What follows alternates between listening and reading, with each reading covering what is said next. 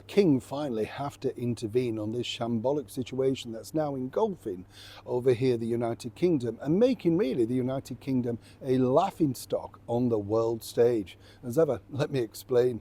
Hi, lovely to see you today. Thank you for joining me. You know, it's a funny thing, as I know I often say this, you've got to be very, very careful wherever you position yourself on the world stage. And this is really when you think about how, you look back, say, at Margaret Thatcher and Ronald Reagan. They were just great leaders. They were great people who knew how to work the camera, who how to speak with the people. Even if you didn't agree with their politics, they were very clear and concise. And that's really one of the attributes that's truly needed in the world of politics now. But things are literally taking a mega turn for the worse. I told you recently our Minister for Corruption, Tulip Siddiq, resigned, was told, axed, whichever way you want to look at it, simply because they decided that, well, actually, it didn't necessarily fit the remit. And according to her, well, this was sort of overshadowing all the good work the Labour Party are doing.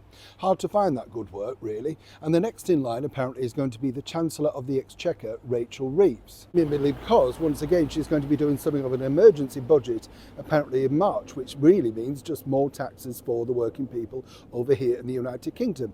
Meanwhile, all the illegals living in 4- and 5-star hotels in the comfort of heating, lighting, spending money, mobile phones, well, you and I are just sucking it up, right? This is the reason why, of course, someone like the incoming President of the United States, Donald J. Trump, feels sorry for the United Kingdom. And this is why he's making a very much public declaration of no faith in that government. And this is equally now embarrassing because suddenly our ambassador to Washington, D.C., the former Labour spin doctor, Peter Mandelson, has now also not been invited to the inauguration. Now, this could all turn around at the timing of this, whether they offer an apology. But as I've said, when they've been so vocal, and in particular, Labour Party members wanting to go out there to try and oust Donald to win that presidential election by sending over 100 Labour MPs.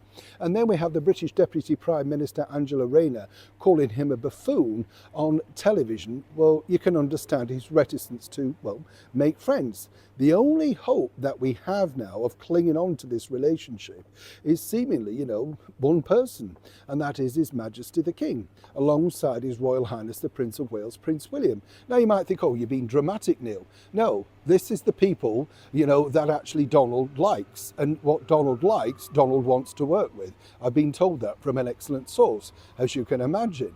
Now, His Majesty the King obviously can't move, which is a bit strange when you think about it, without the instruction of the current British Prime Minister, which is, of course, the Right Honourable Sir Keir Starmer.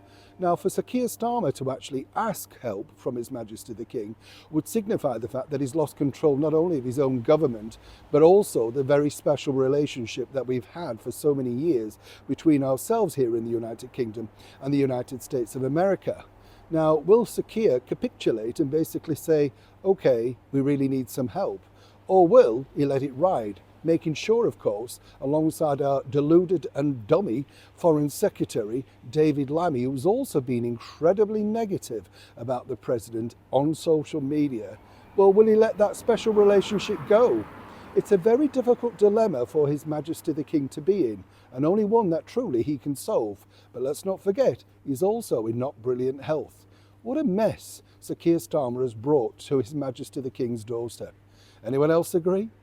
Neil Sean in the very heart of London.